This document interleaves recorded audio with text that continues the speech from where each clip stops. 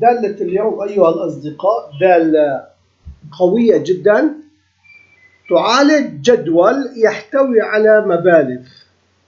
هذه المبالغ رتبت حسب اسم الزبون أو اسم المندوب، لكن رقم 100 هل هو التسلسل الأخير؟ نعم، اكتشفنا أن رقم 654 أخذ الأول، فإذا هو أفضل أو أكبر من كل البيانات.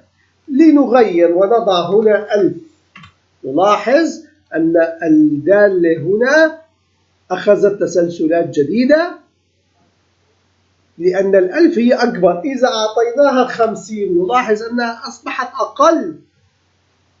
ماذا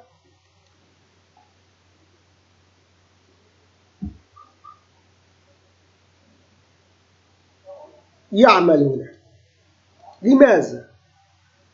ما نستفيد من هذه الأرقام؟ نستفيد أن الجدول الذي نحتويه نحن نستطيع أن لا نرتبه ترتيبا أبجديا أو ترتيبا تصاعديا، إنه مفروض علينا بهذا الأسلوب، لكن نحن لدينا جدول آخر نطلب منه الترتيب التصاعدي. فإذا دالة اللاين إنها لا ترتبط لوحدها، إنها تدمج مع دالات أخرى، لكن طلبت وأحببت أن تشرح لوحدها لكي نستطيع أن نستفيد منها على المستقبل.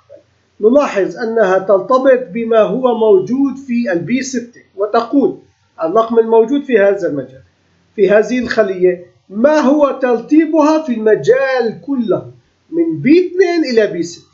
إنها مباشرة تقول إنها الترتيب الأول أو الترتيب الخامس أو الترتيب السادس. إنها من الدالات المهمة ويجب أن نستفيد منها في برامجنا لكي نعرف المبالغ التي توضع أين موقعها